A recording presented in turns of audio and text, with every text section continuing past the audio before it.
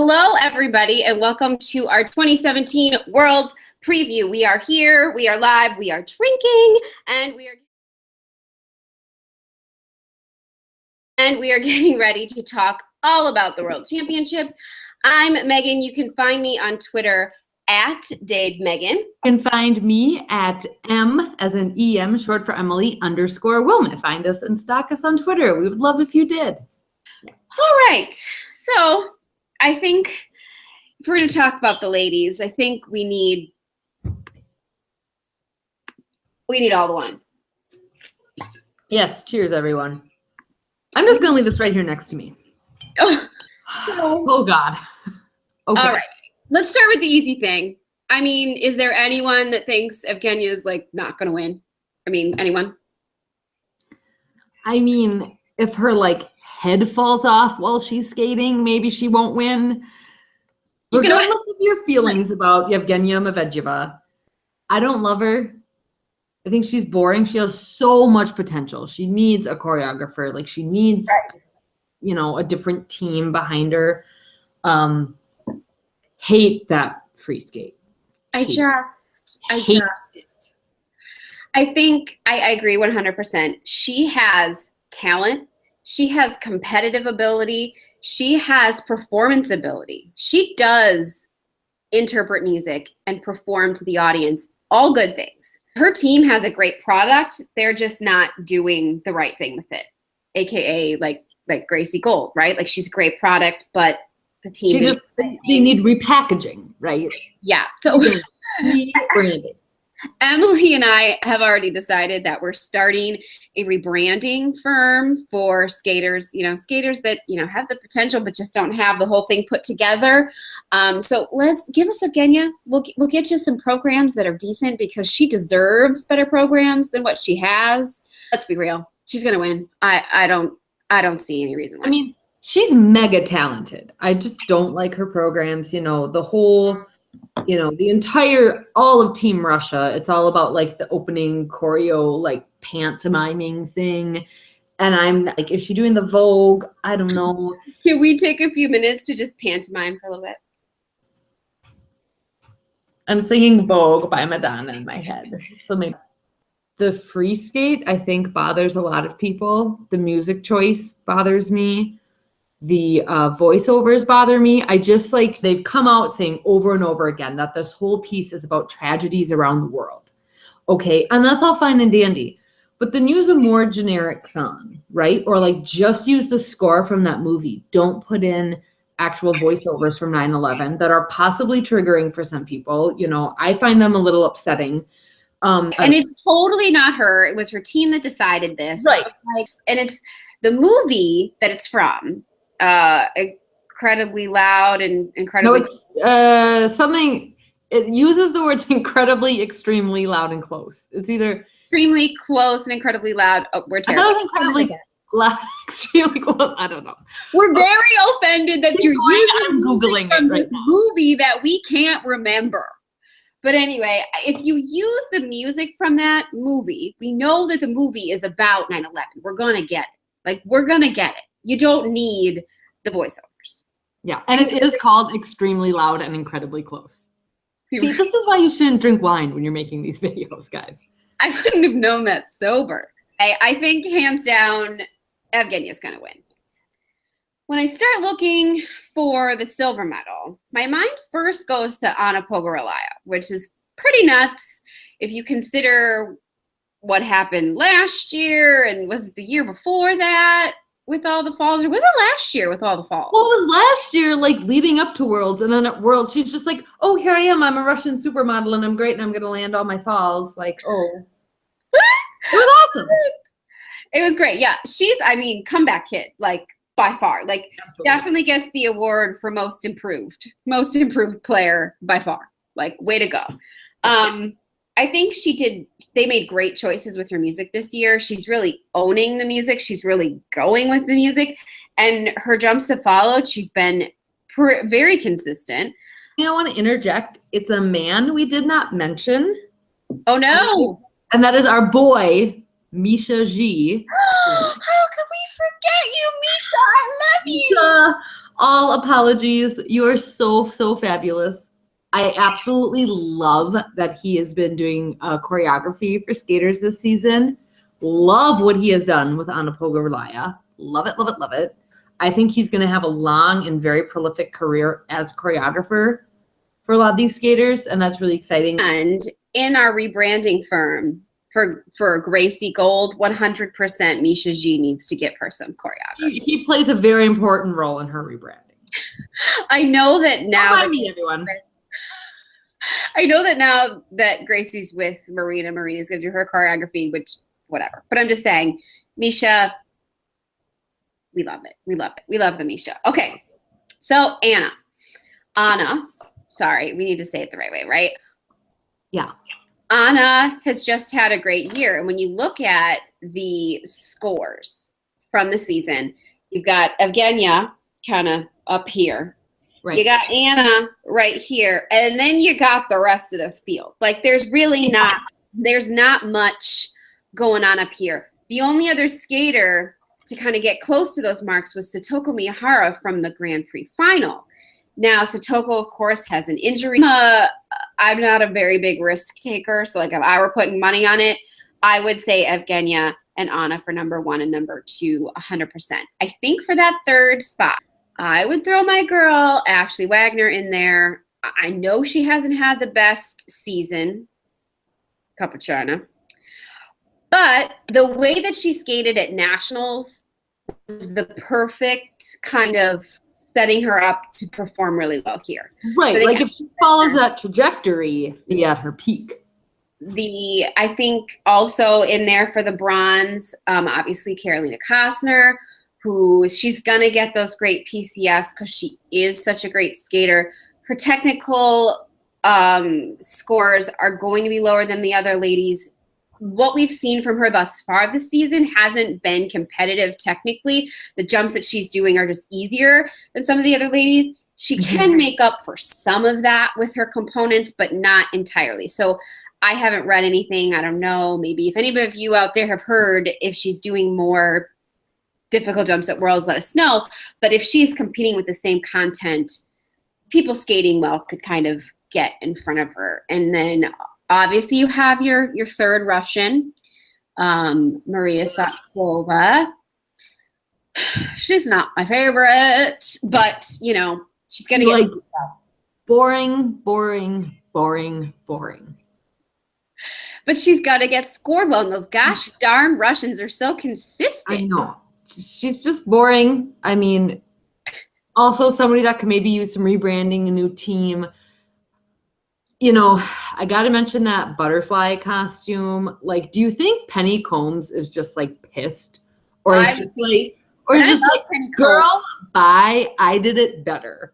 Right? Yeah, and we love you, Penny. Good luck on your recovery. Good luck on your recovery. Come home. Come home to the rink. Yes, she's a threat. There's no doubt she's talented. Much like Evgenia Medvedeva. Reminds me of that a lot, right? Like, just talent, like, out the butt, right? But, like, boring. Just boring. When I don't really remember her programs, every time she comes out, I'm like, oh, yeah, like, I know it's a butterfly motif, but I don't know much beyond that. Like, I don't know what you do. So, and then we also have to mention our favorite Canadian lady who's had quite the season. And, of course, we're talking about Caitlin Osman. Lord Voldemort herself. If you read my judges table from 4 continents. She who shall not be named. So she's had a good year. However, she has not had a clean free skate yet.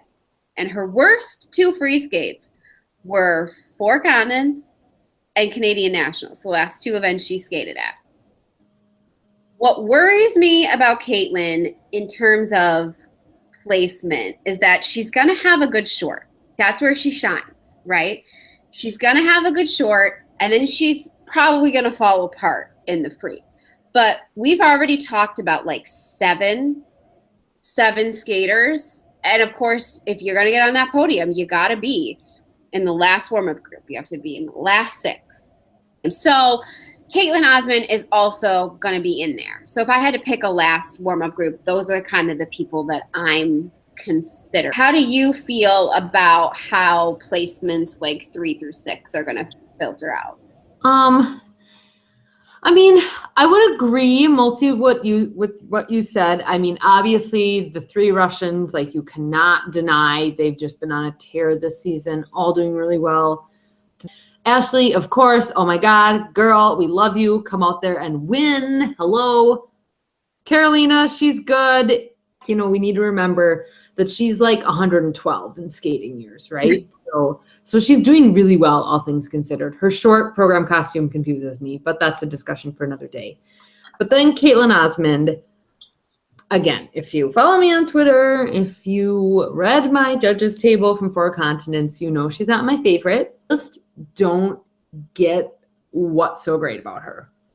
Like, 4 continents, she fell 3 times and had the second highest PCS in the free. Why? Like, I know that PCS is not related to like your jumps and the falls, right? But if you're falling, it shouldn't be, but it is. But it's also like, but if you're falling, you're not performing at your best. Like, the other parts of your performance are going to suffer. Like, I don't care who you are. They're going to suffer. So I just, like, you know, and you'll see too, I'll tweet out the gif from Mean Girls of Katie going, why do you like her? And I'll be like, oh, judges, hello. Like, I just don't, she's talented. And yes, her short is great. It is so late 90s, early 2000s. And like the, you know, Parisian like neck scarf, just like, like, I get it, but I also don't get it at all. Yeah, I'm not getting the appeal. I mean, I understand it from a logical point of view. Like, her jumps when they're on are high and like big, but they also look wonky, which is weird. Like, they can get all, and then that shouldn't get a high like, mark. How does she land some of those jumps? I don't know. We don't know. And I mean, I see where some of the marks come from. I do. And she does perform to the music. So I have to give her that. I mean, I'm all about the face. If you give me face, I'm going to like it. I'm going to be into it. If you don't give me face, if you give me dead face, I'm done with you. I don't even care. So I see where some of the marks come from. I don't trust in her consistency. I don't see any reason why I should expect her to skate well based on just what she's done. So if I had to put it out there, I'd say Evgenia, Anna, Ashley Wagner in an upset. I might be biased. Carolina, and then probably Maria Satskova. No, Caitlin. Caitlin will finish ahead of Maria. So Caitlin and then Maria. And then I would honestly rather have Caitlin finish ahead of Maria. But besides all the ones we've talked about, there's another, like 5 or so that, you know, Megan and I really think are like ones to watch, are also a threat for probably that second to last warm-up group. And so I want to open up with talking about Gabby Daleman. Love Gabby. Holy crap. Like, so beautiful. I love that she's really strong. Skates with so much power. Like, I really don't think there's any other woman that has as powerful of jumps as she does. Just like fantastic. And she's got the cobra boobs. Like, okay. So Megan knows this. We were at Skate America and I was like, she has cobras on her boobs. And I thought that was awesome. Like, love it, love it, love it. Right. But then I was like, but why? Is there some sort of snake motif in her music? Right. And her music in her short is from this opera. Looked up the entire synopsis of the opera. No mention of snakes or cobras. So unless I missed something, or if any of you out there know like how the snake motif ties into that music, please tell me. I think the snakes are so badass, and they're almost more badass if they don't fit with the music at all, right? It's just like, it's part of the mystique. It's part of the mystique. They are mystery cobra boobs, and we are there for it. So JJ, that can be your next t-shirt. Do it like a cobra boobs t-shirt for Teespring. I would get like 2 of them for sure. I'm just saying. Yeah, so besides Daleman, who else do you think we need to keep an eye on? Obviously, Mai Mihara from Japan. She stole the show at 4 Continents. it wasn't the strongest competition, but she laid it down. I mean, you talk about the Russian women with consistency. Mai also is incredibly consistent. Is her skating still juniorish? Yes, that's understandable based on her age, based on her experience level, but she is consistent. And there's a lot of women we've talked about that are not consistent at all. I mean, really, if the women's skate lights out, you're going to see Mai, 9, 7, 8, 9, 10. But if they don't, she could be in the top 6. Right. By far. In the short, especially, like she could sneak into that last warm-up group for sure. Absolutely. And then I also really love Wakaba Higuchi, the 3rd Japanese team member. I love her.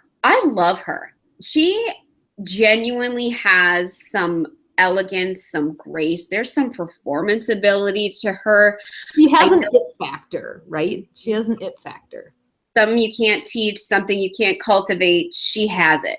The jumps are inconsistent. But I think keep an eye out for her. I don't think that she'll really be a contender because I don't believe in the consistency, but there's a lot to like about her skating, and there's a lot I do like. Elizabeth Terzimbayeva had a great half of her 4 continents. Second half, not so great. She's somebody that could get in there. And then I hear she's got rhythm. Oh, does she? I've got rhythm. I've got music. I don't know the rest of it. I got my man who could ask for anything more. Sorry. Oh my gosh, please cut that out. Okay. No, my God, I'm totally putting that in. That was the best. So somebody we didn't talk about yet. So we haven't talked about the other 2 Americans. Hold on. If we're going to talk about the ladies. Oh, so we're moving on to the other American ladies. Yes. Okay. So all right, now we can talk about them. Yeah. The shit show that is the American ladies this season was so poorly timed. So poorly timed. Who thought of this? I'm sorry. There's no way we're gonna get 3 spots. There's just no way. I mean, again, unless it's like disasters from somebody, it's like, so we need, ideally, it's like Ashley to finish on the podium, and I'm gonna say Mariah to finish in the top 10. Absolutely. I love Karen Chen, right? She is our Lord and Savior. I was so excited to see her win nationals. There was no question she deserved it, but she's another one of those ladies that lacks consistency, and we saw that throughout the Grand Prix season. She came to nationals, was at her peak, skated lights out, was wonderful.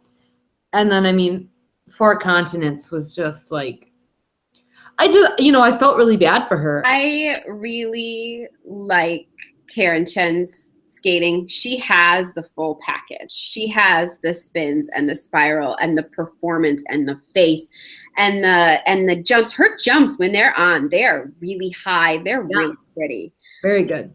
The consistency isn't there.